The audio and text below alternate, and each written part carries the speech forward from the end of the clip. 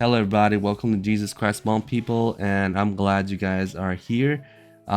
This is a dream and vision that the Holy Spirit showed me this morning, and He wanted me to share this. Okay, so my dream and vision, I saw that there were some people that were marching outside, I believe, in these states. Okay, and then this is the part that can be prevented. Some of them started to do some fires. I don't know if this is arson or I don't know if this has something to do with violence, but they were on fire for something, and I saw that some fires were breaking out. And so the Holy Spirit told me that we need to pray against these fires, okay? Whether this is protesting for illegal immigration or not, I'm not 100% sure on that. I wasn't told that, but I do know that these are the states that I saw, okay? Excuse me. I was shown a Midwest state up north somewhere in the United States. And after that, I was shown Texas and the northern part of Texas. So for some reason, it wasn't the southern side.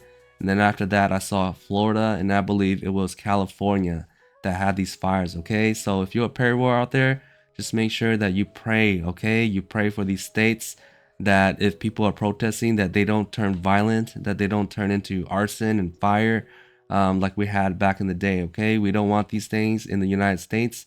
It causes a lot of disturbance in neighborhoods and peace. We don't want the peace and to be taken away, all right? Well, anyways, I just want to share you guys with this, okay? And if you guys don't know, this is the first time I've actually shown my face, so I am Hmong, okay? To those, there's a few people that says I'm not Hmong, or something like that, but I'm definitely Hmong. But you know what? The most important thing is that we're one in Christ, okay? Every single person that comes to Jesus Christ, regardless of race, regardless of your language, we're all one in Christ, okay? Hallelujah. You guys be blessed in the mighty name of Jesus Christ. Thank you.